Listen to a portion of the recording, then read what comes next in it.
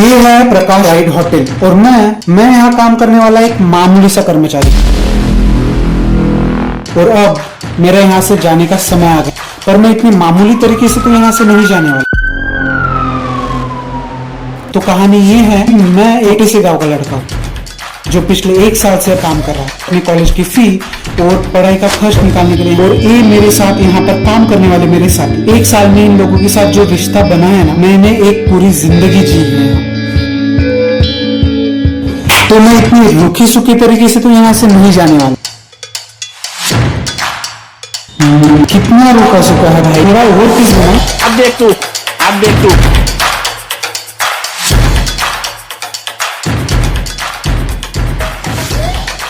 तो जॉब छोड़ने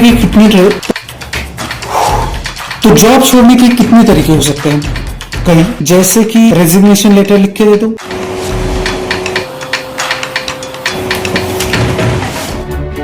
या सिंपली अपने बॉस को जाके बोल दो।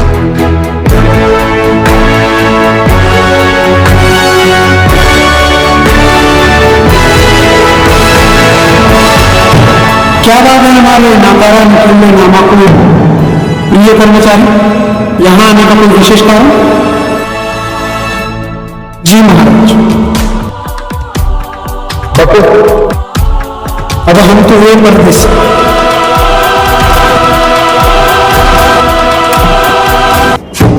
यहाँ आना ना दोबारा। तो मैं कहाँ इतने मामूली तरीके से यहाँ से जाने वाला था। तो मेरे पास एक धमाकेदार प्लान। मैं एक बहुत अमीर घर का लड़का हूँ जो एक गरीब जरूरतमंद यहाँ पे काम कर रहा था। पर क्यों, वो आपको आखिर में पता चले। तो उससे पहले कि बड़ी बड़ी गाड़ियों में मेरे घर वाले मुझे लेने के लिए क्यों ना छोटा सा सस्पेंस क्रिएट किया जाए। तो सीन ये है कि मुझे अरेस्ट करने के लिए पुलिस वाले होटल पहुंचेंगे। सुशांत कुछ काम करतो कुठे गेलाय तो आता? त्याला पकडण्यासाठी वॉरंट निघालाय। आम्ही आपल्याला म्हणतो तो आला की त्याला पाणी पिऊन आपल्याला पाठवा आणि यातलं त्याला काही करता कामा नये। चालेल? क्योंकि मेरे पापा अब मेरी चिंता कर रहे हैं और ये लोग मुझे अरेस्ट करने के बहाने मुझे समझाने के लिए भेजे गए हैं। इधर होटल में मुझे पकड़ने की तैयारी चालू है और इधर मैं बाजार घूम रहा हूँ। आलू ऐसे कांदा कैसे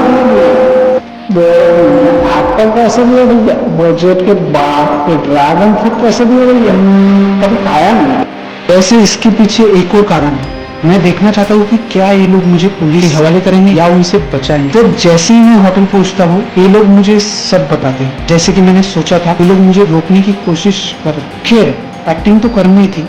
नॉर्मल दिखने के लिए मैं बॉटल लेकर अंदर घुस गया और फिर शुरू हुआ असली खेल। पुलिस वालों ने मुझे दबोच लिया और धक्का मारते हुए सबके सामने बाहर ला।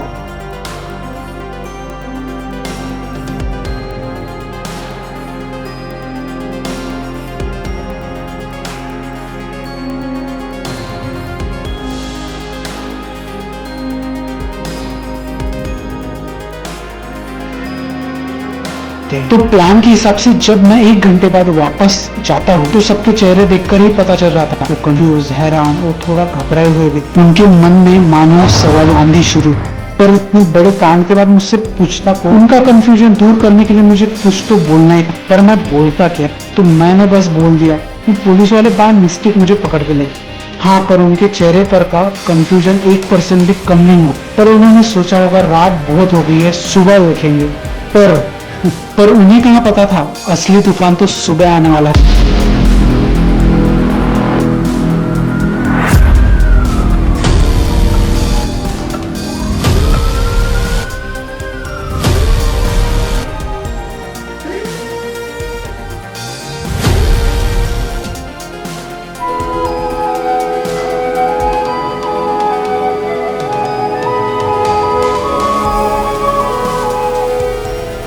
तो सब कुछ नॉर्मली है।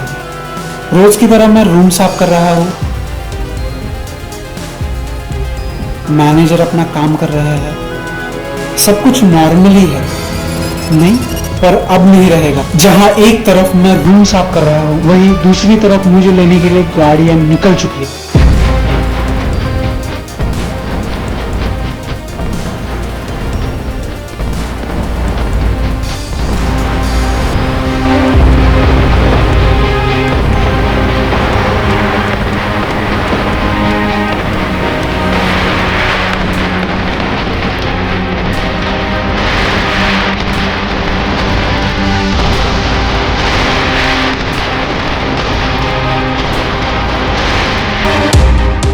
बस कुछ ही देर की बात है और इस होटल में भयंकर धमाका होने वाला है। इन सबको पता चलने वाला है कि इनके साथ काम करने वाला एक मामूली सा गांव का लड़का असल में एक बहुत अमीर घर का लड़का। मैनेजर छुट्टी पर होने के कारण काउंटर की जिम्मेदारी योगेश पर थी। योगेश बेचारा इस बात से बिल्कुल अनजान था कि ये मेरे बॉडीगार्ड और असिस्टेंट मुझे यहाँ से हमेशा हमेशा के लिए ले जाने आए हैं। पीछे गाड़ियों का काफिला और इन अनजान लोगों को मेरे बारे में पूछता हुआ देख वो पूरी तरह से कंफ्यूज था। कल रात पुलिस वालों का आना और आज बड़ी बड़ी गाड़ियों में से ये लोग उतर कर मेरे बारे में पूछ, वो पक्का यही सोच रहा होगा कि यहाँ चल क्या रहा है भाई। फिर भी वो इसी कंफ्यूजन के साथ मुझे बुलाने के लिए बेल दबाता है और इन लोगों को बैठने के लिए उतने में ही ओनर का कॉल आता है और योगेश को जितना भी पता था वो सब कुछ उन्हें बता देता। और उधर मैं बाथरूम साफ कर रहा हूँ, बेल की आवाज सुन के काउंटर पे पहुंच जाता हूँ। तो मूवी का क्लाइमेक्स अब आ चुका था। नौकरी छोड़ के जाने का वो तरीका जिसके लिए हमने पूरी प्लानिंग की थी, उसका आखिरी पड़ाव था ये। इस वक्त तक इनके दिमाग में जो भी कंफ्यूजन सवाल है वो अब दूर होने वाले थे। काउंटर पर पहुंचने के बाद मुझे लेने के लिए आए गाड़ियां, बॉडीगार्ड और असिस्टेंट देखकर मैं हैरान हूँ। मैं इन्हें समझाने की एक्टिंग कर रहा हूँ, ये लोग मुझे समझाने की एक्टिंग कर रहे हैं। और उधर ओनर जो कैमरे से हमें देख रहे हैं वो हमारी बातचीत से यही नतीजा निकाल रहे होंगे कि एक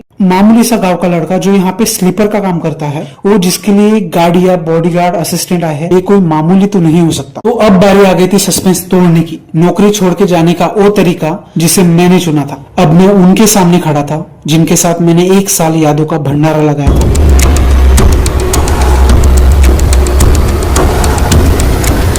अब मैं उनके सामने खड़ा था। तो अब बारी थी उनके सवालों का जवाब देने, जिसके लिए मेरी असिस्टेंट तैयार थी। हा जो मुलगा आहे ना तो एक नीट घरचा मुलगा आहे आणि तू इथे याच्यासाठी आला होता कारण की त्याला गणित सगळं शिकायचं होतं, त्याच्यामुळे तू इथे आला होता।